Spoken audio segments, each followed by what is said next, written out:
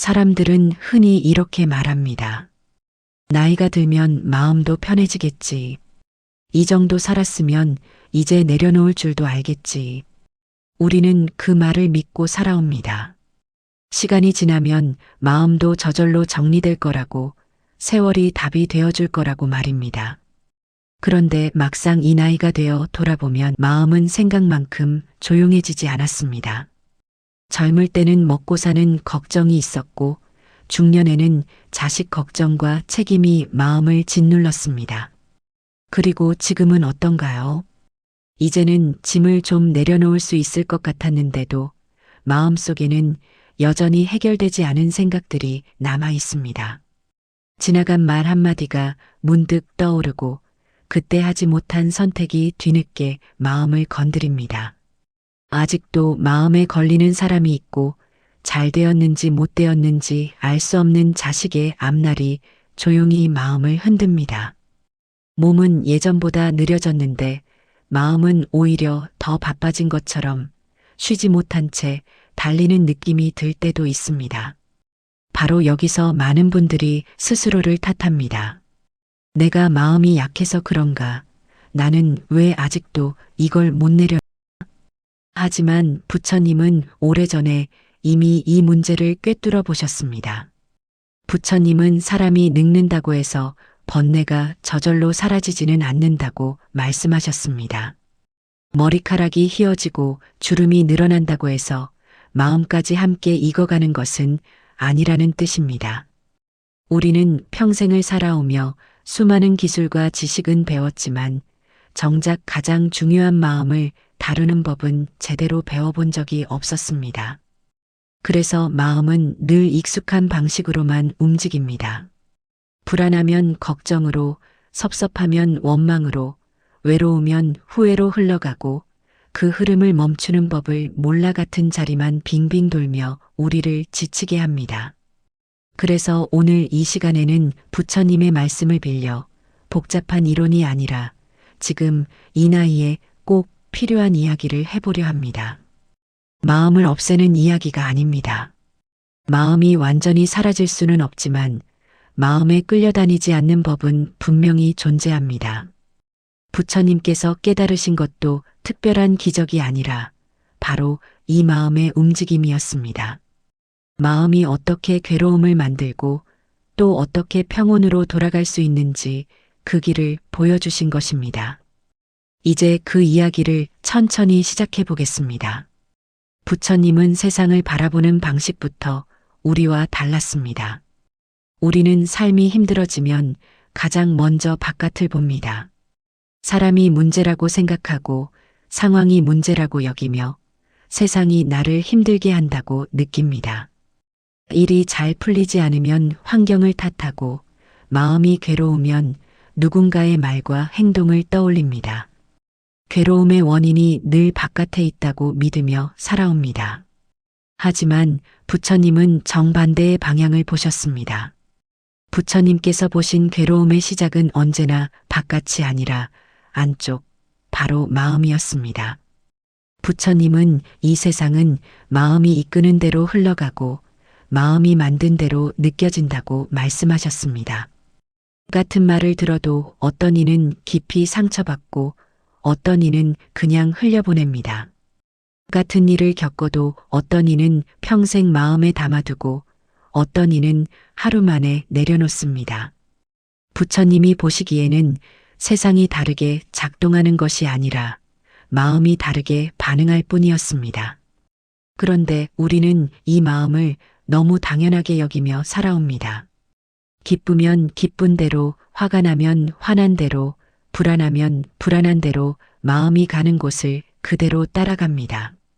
마음이 일어나는 대로 반응하며 살다 보니 어느 순간부터는 마음이 주인이 되고 나는 그 뒤를 따라다니는 사람이 되어버립니다. 부처님은 이 상태를 매우 위험하다고 보셨습니다. 길들여지지 않은 마음은 남이 아니라 바로 나 자신을 가장 많이 해치기 때문입니다. 부처님이 말한 마음은 단순한 감정 하나를 뜻하지 않습니다. 생각과 기억, 기대와 두려움, 후회와 비교까지 모두 마음의 작용입니다. 마음은 가만히 두면 쉬지 않고 무언가를 붙잡고 판단합니다. 어느 순간에는 과거로 가서 후회를 꺼내고 또 어느 순간에는 미래로 가서 걱정을 만들어냅니다. 그래서 우리는 몸은 지금 여기에 있으면서도 마음만은 늘 다른 시간과 다른 장소에 가 있습니다.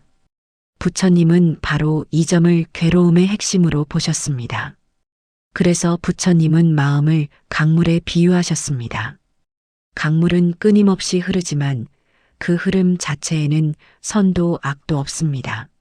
문제는 우리가 그 흐름에 빠져 휩쓸릴 때 생깁니다.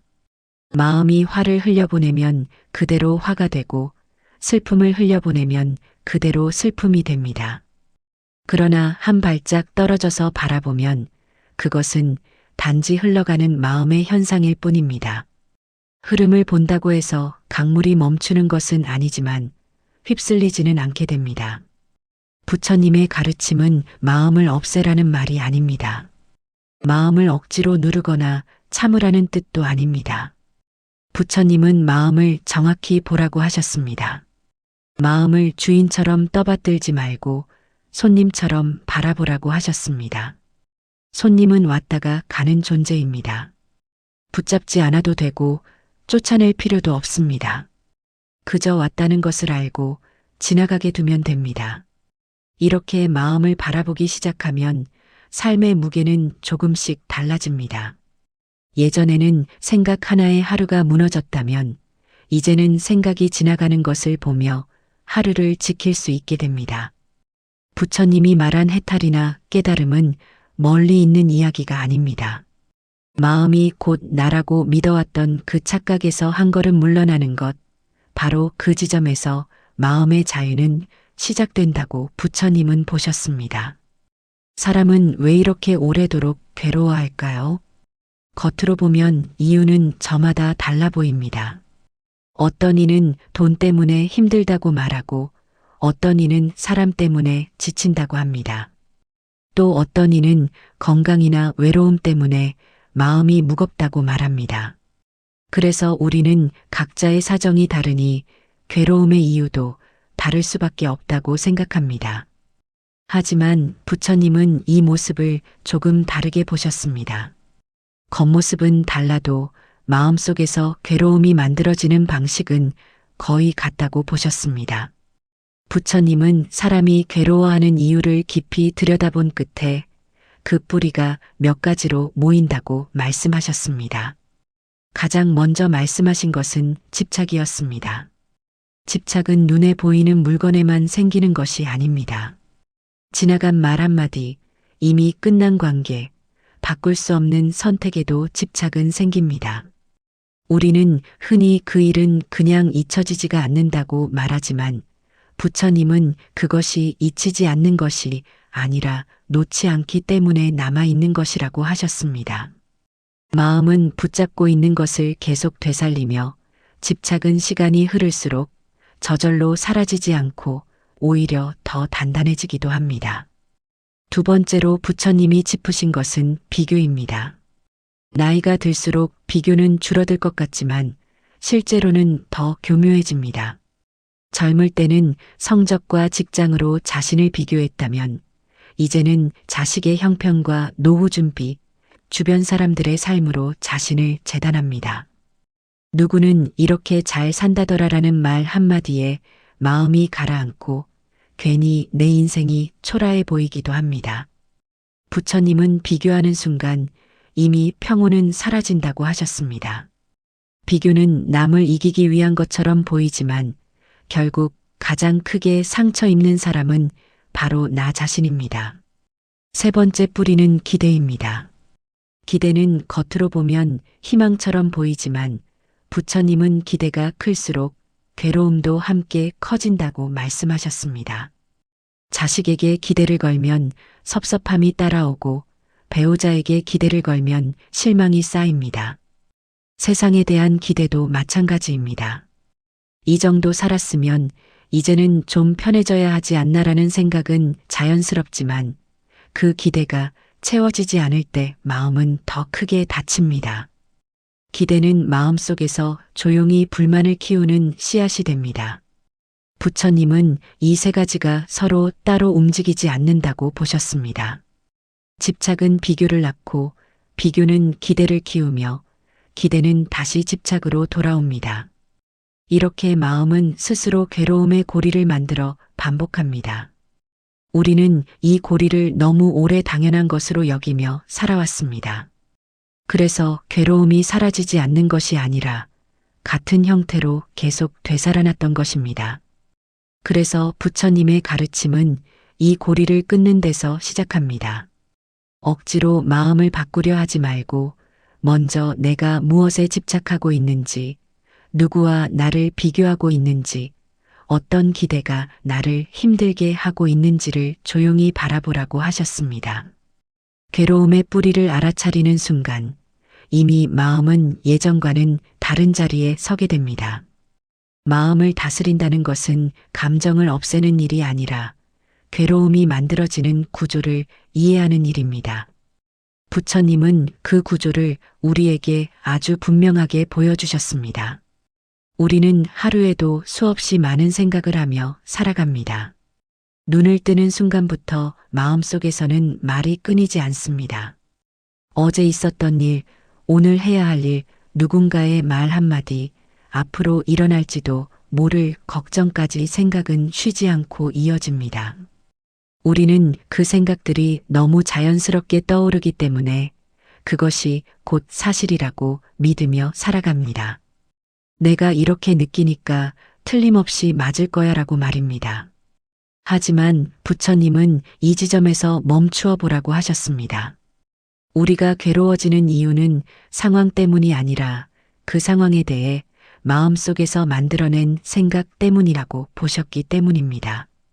같은 말을 들어도 어떤 이는 하루 종일 마음이 무너지고 어떤 이는 금세 잊어버립니다. 같은 일을 겪어도 누군가는 평생의 상처로 남기고 누군가는 지나가는 일로 흘려보냅니다. 부처님이 보시기에는 사건이 사람을 괴롭히는 것이 아니라 그 사건을 해석하는 생각이 사람을 괴롭히고 있었습니다. 그래서 부처님은 아주 단순하지만 중요한 질문 하나를 던지셨습니다. 지금 내 마음속에 떠오른 이 생각은 정말 사실이냐는 질문입니다. 우리는 대부분 이 질문을 해보지도 않고 생각을 그대로 받아들입니다. 상대가 말이 없으면 무시당했다고 단정하고 일이 잘 풀리지 않으면 내 인생이 잘못되었다고 결론을 내립니다. 하지만 조금만 들여다보면 그 생각은 사실이 아니라 마음이 만들어낸 이야기일 때가 훨씬 많습니다. 부처님은 생각을 없애려 하지 말라고 하셨습니다. 생각을 억지로 밀어내거나 참으려 할수록 오히려 더 커진다고 하셨습니다. 대신 그 생각을 한 발짝 떨어져 바라보라고 하셨습니다. 아, 이런 생각이 올라왔구나. 이렇게 바라보는 순간 생각과 나 사이에는 작은 틈이 생깁니다. 그 틈이 생기면 생각은 더 이상 나를 끌고 다니지 못합니다. 이 연습이 쌓이면 삶은 조금씩 달라집니다. 예전에는 생각 하나에 하루가 망가졌다면 이제는 생각이 지나가는 것을 보며 하루를 지킬 수 있게 됩니다. 부처님이 말씀하신 깨달음은 특별한 상태가 아니라 생각을 사실로 착각하지 않는 데서 시작됩니다. 마음속에 떠오르는 모든 생각이 곧 나도 아니고 진실도 아니라는 것을 알아차리는 순간 우리는 괴로움에서 한 걸음 물러설 수 있습니다. 이것이 부처님이 알려주신 마음을 다스리는 첫 번째 실제 방법입니다. 우리는 마음을 다스린다고 하면 보통 감정을 없애야 한다고 생각합니다. 화가 나지 않게 해야 하고 슬픔에 빠지지 말아야 하며 불안해하지 않도록 스스로를 다그칩니다. 그래서 부처님의 가르침 속에 자주 등장하는 알아차림이라는 말도 어렵고 특별한 수행처럼 느껴지곤 합니다. 무언가 깊은 명상을 해야만 가능한 일처럼 생각합니다. 하지만 부처님이 말씀하신 알아차림은 전혀 다른 것이었습니다. 그것은 마음을 고치거나 바꾸는 일이 아니라 지금 이 순간 마음에서 무엇이 일어나고 있는지를 그대로 아는 것이었습니다.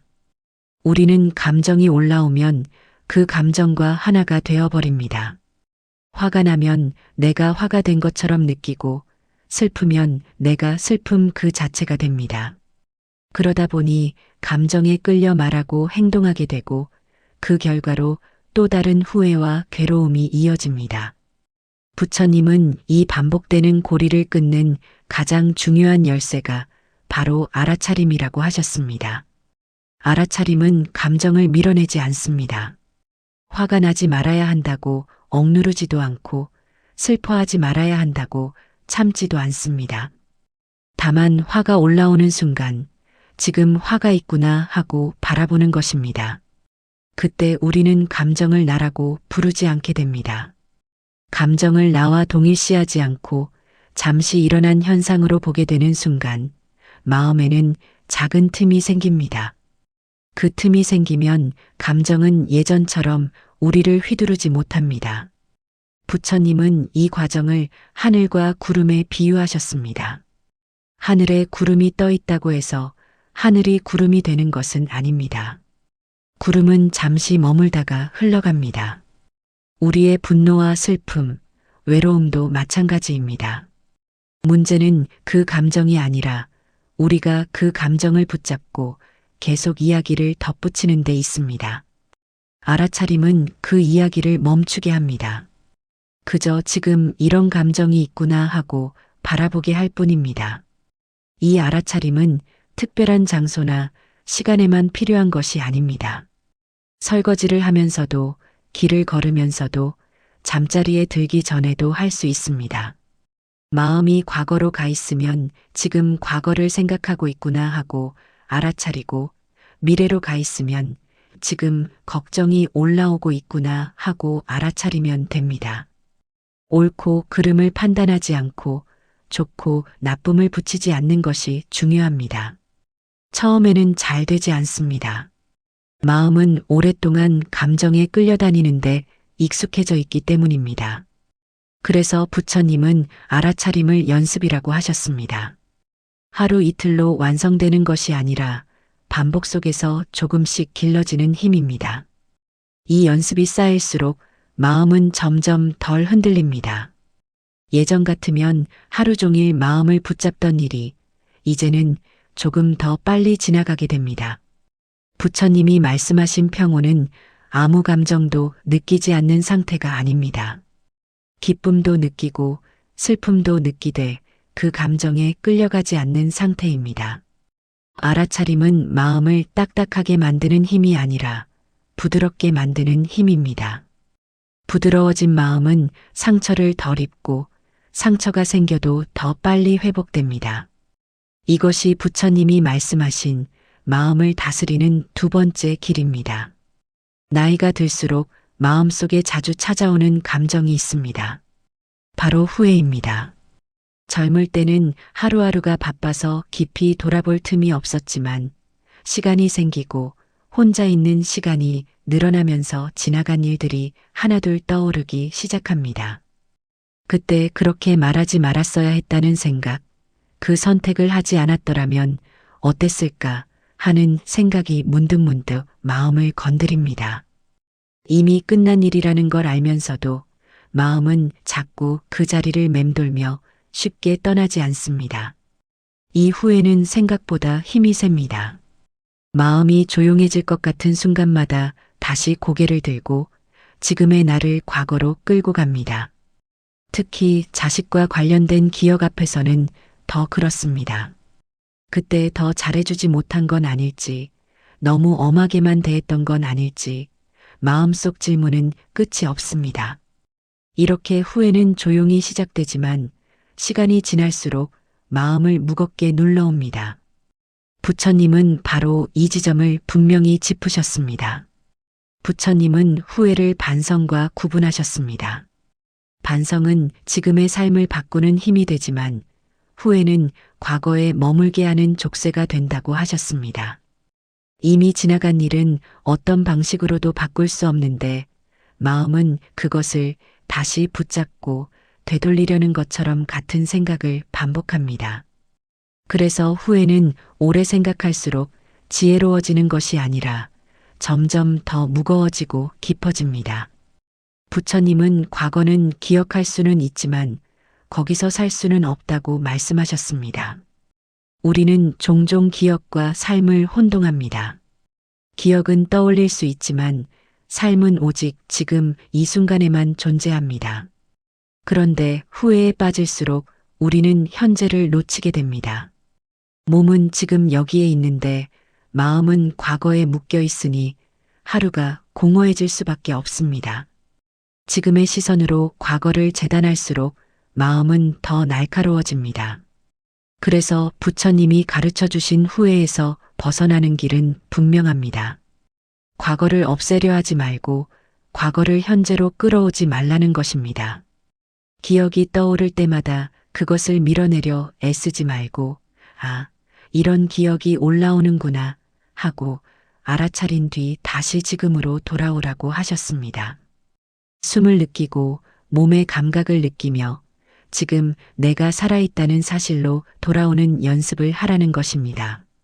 후회를 내려놓는다는 것은 과거를 부정하는 일이 아닙니다. 그 시절의 나를 이해하고 그 나름의 최선을 다해 살았던 자신을 인정하는 일입니다. 부처님은 자신에게 자비롭지 못한 사람은 결코 마음의 평온에 이를 수 없다고 하셨습니다. 지금의 나에게 가장 필요한 것은 더 많은 자책이 아니라 스스로를 더 이상 괴롭히지 않는 마음입니다. 후회를 조금씩 내려놓을수록 남은 시간은 더 단단해지고 하루하루는 이전보다 더 깊어집니다. 사람들은 흔히 마음이 편해지려면 무언가를 더 가져야 한다고 생각합니다. 돈이 조금만 더 있으면, 자식이 조금만 더 잘 되면, 건강이 조금만 더 좋아지면 마음이 놓일 것이라고 말합니다. 우리는 그렇게 믿으며 평생을 살아왔습니다. 그래서 부족하다고 느껴질 때마다 더 채우려고 애써왔고 마음의 평온도 언젠가는 충분히 갖추어지면 따라올 것이라 여겼습니다. 하지만 부처님은 이 생각이 마음을 더 무겁게 만든다고 보셨습니다. 부처님은 마음이 편해지는 이유는 더 가지기 때문이 아니라 내려놓기 때문이라고 말씀하셨습니다. 우리는 평생을 채우는 연습만 하며 살아왔습니다. 책임을 채우고 역할을 채우고 기대를 채우며 하루하루를 버텼습니다. 그러는 사이 마음속에는 남에게 인정받고 싶은 마음, 실망시키지 말아야 한다는 부담, 아직 끝내지 못한 감정들까지 차곡차곡 쌓여갔습니다. 부처님은 이런 상태를 무거운 짐을 지고 쉼없이 걷는 사람에 비유하셨습니다. 여기서 중요한 것은 비움이 포기와 다르다는 점입니다. 포기는 체념이지만 비움은 선택입니다.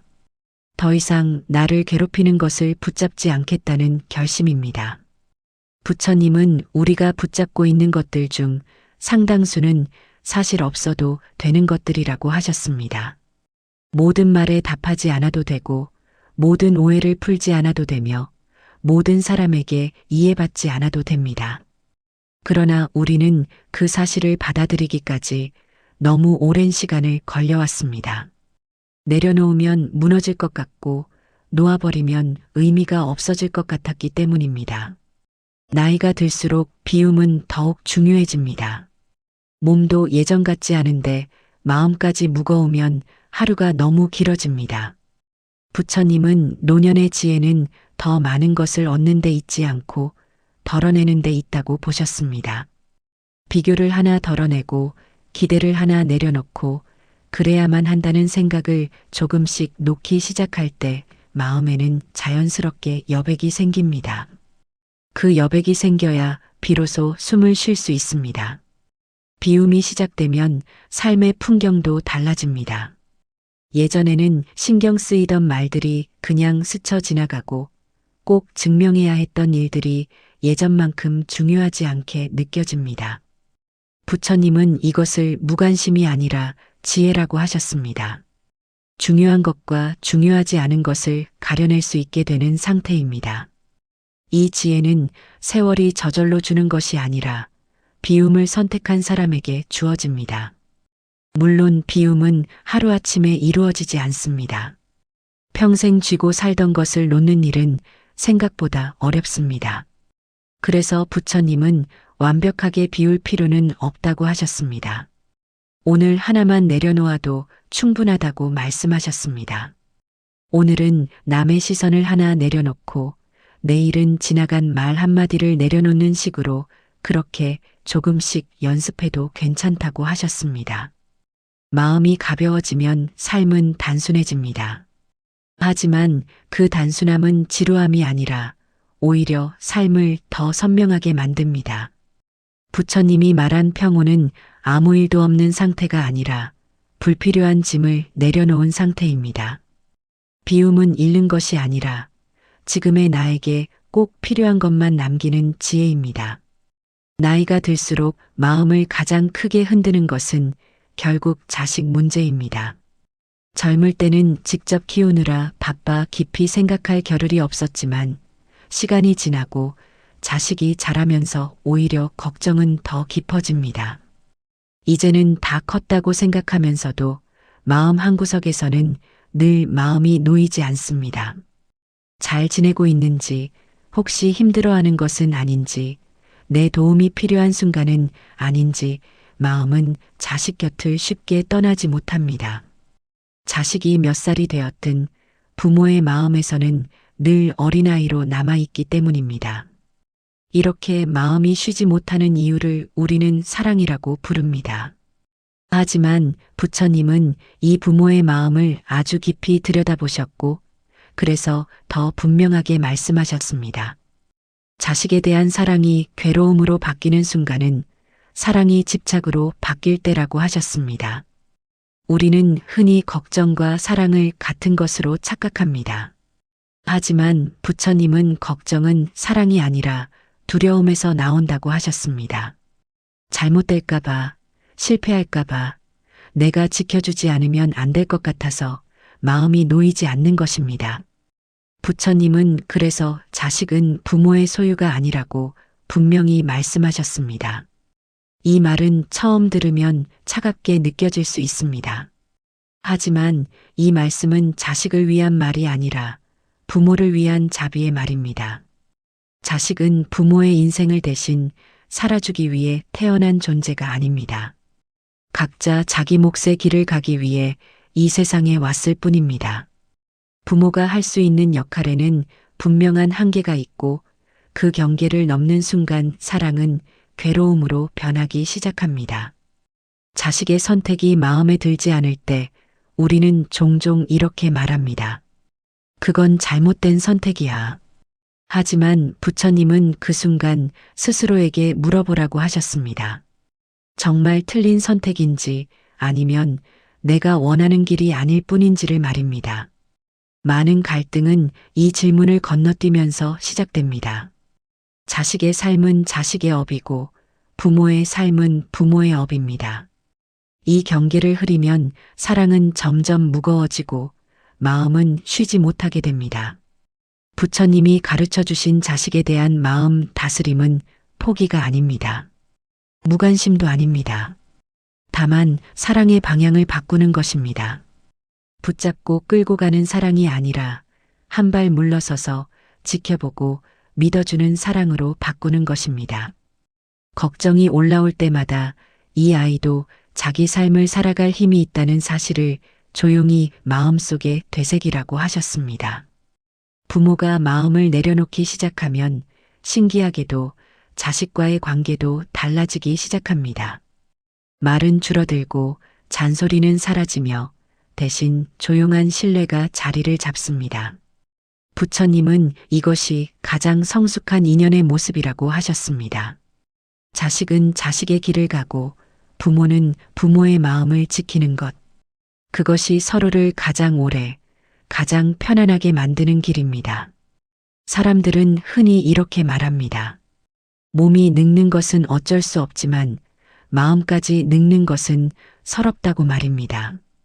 하지만 현실에서는 오히려 몸보다 마음이 먼저 늙는 경우가 많습니다. 새로운 것이 귀찮아지고 변화가 부담스러워지며 예전이 지금보다 더 좋았다는 생각이 자주 떠오릅니다. 부처님은 바로 이 지점을 마음의 노화라고 보셨습니다. 나이가 들어서가 아니라 마음이 굳어질 때 늙기 시작한다고 말씀하셨습니다. 부처님은 마음이 늙는 가장 큰 이유는 시간이 아니라 집착이라고 하셨습니다. 과거의 기준, 과거의 역할, 과거의 나에게 마음이 머물러 있을수록 지금의 삶은 점점 작아집니다. 나는 원래 이런 사람이야. 이 나이에 뭘 새로 하겠어라는 말은 나이를 설명하는 말처럼 보이지만 사실은 마음의 문을 닫는 말입니다. 부처님은 마음은 닫히는 순간부터 늙기 시작한다고 분명히 말씀하셨습니다. 그렇다면 마음을 늙지 않게 하는 첫걸음은 무엇일까요? 부처님은 늘 지금 이 순간을 사는 것을 강조하셨습니다. 과거는 이미 지나갔고 미래는 아직 오지 않았으며 우리가 실제로 살고 있는 시간은 오직 지금뿐이라고 하셨습니다. 하지만 우리는 몸은 현재에 두고 마음은 늘 과거로 가서 후회를 꺼내거나 미래로 가서 걱정을 만듭니다. 그 사이에서 정작 지금 이 순간은 비어버리고 마음은 점점 힘을 잃어갑니다. 부처님이 말씀하신 젊은 마음이란 들뜨거나 활기찬 상태를 뜻하지 않습니다. 무언가를 새로 배우고 무엇인가를 성취해야만 젊은 것도 아닙니다. 마음이 젊다는 것은 지금의 나를 부정하지 않고 받아들이는 힘이 있다는 뜻입니다. 오늘의 몸 상태, 오늘의 감정, 오늘의 하루를 있는 그대로 인정하는 사람의 마음은 나이에 상관없이 살아 있습니다. 여기에 더해 부처님은 호기심을 마음의 생명력으로 보셨습니다. 이제는 다 알겠다는 마음은 편해 보이지만 동시에 성장을 멈추게 합니다. 반대로 아직 모르는 것이 있구나라고 생각하는 마음은 삶을 계속 열어둡니다. 마음을 늙게 만드는 또 하나의 큰 이유는 자신을 하찮게 여기는 태도입니다. 나이가 들었다는 이유로 스스로를 뒤로 밀어내고 이제는 물러나야 할 존재라고 생각할 때 마음은 쉽게 움츠러듭니다. 하지만 부처님은 모든 존재는 그 자체로 의미가 있다고 하셨습니다. 지금의 나는 젊은 시절의 나보다 느릴 수는 있어도 결코 덜 가치 있는 존재는 아닙니다. 이 사실을 받아들이는 순간 마음은 다시 숨을 쉬기 시작합니다. 부처님이 말씀하신 마음의 젊음은 경쟁에서 오는 것이 아니라 수용에서 옵니다. 나를 있는 그대로 받아들이고 오늘의 삶을 충분히 살겠다고 마음먹는 것, 그것이 나이와 상관없이 마음을 다시 살아나게 하는 길입니다. 오늘 우리는 부처님의 말씀을 따라 마음을 다스린다는 것이 무엇인지 차분히 살펴보았습니다. 하지만 부처님이 말씀하신 마음 다스림은 삶을 완벽하게 만들라는 뜻이 아니었습니다. 화가 나지 않는 사람이 되라는 것도 아니고 슬픔을 느끼지 말라는 말도 아니었습니다. 부처님은 다만 우리가 왜 괴로워지는지를 정확히 보고 그 괴로움에 끌려가지 않는 길을 알려주셨을 뿐입니다. 마음은 늘 움직입니다. 좋은 생각도 찾아오고 불편한 감정도 예고 없이 스쳐갑니다. 그것은 막을 수 있는 것이 아닙니다.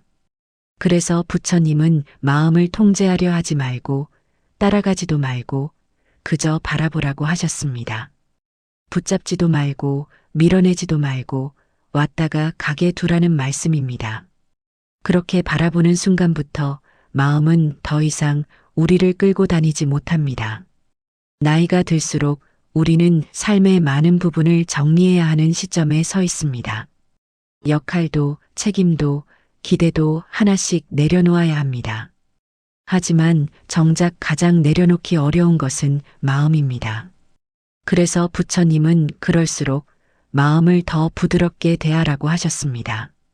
지금까지 충분히 애써왔고 그 나름의 최선을 다해 살아왔다는 사실을 스스로 인정하라고 하셨습니다. 그 인정이 없으면 마음은 끝없이 자신을 몰아붙이게 됩니다. 부처님이 말씀하신 마음 다스림이란 삶을 마음대로 조종하는 일이 아닙니다. 삶과 싸우지 않는 법을 배우는 일입니다. 뜻대로 되지 않는 일 앞에서 자신을 탓하지 않고 흘러가는 시간을 억지로 붙잡지 않는 것, 바로 거기서 평온은 시작됩니다. 평온은 멀리 있는 것이 아니라 오늘 하루를 어제보다 조금 덜 힘들게 사는 데서 시작됩니다. 이제 이 영상을 마치고 다시 일상으로 돌아가실 때 마음속에 이 말 하나만 남겨두셔도 충분합니다. 마음이 무거워질 때마다 조용히 이렇게 말해 보십시오. 아, 지금 마음이 이러하구나. 그 한마디가 여러분의 마음을 다시 제자리로 데려올 것입니다. 부처님은 말씀하셨습니다. 마음을 잘 다스린 사람은 어디에 있어도 흔들리지 않는다고. 오늘 이 시간이 여러분의 마음에 작은 쉼이 되었기를 바랍니다. 다음 시간에도 부처님의 지혜로 조용히 마음을 쉬게 해드리겠습니다.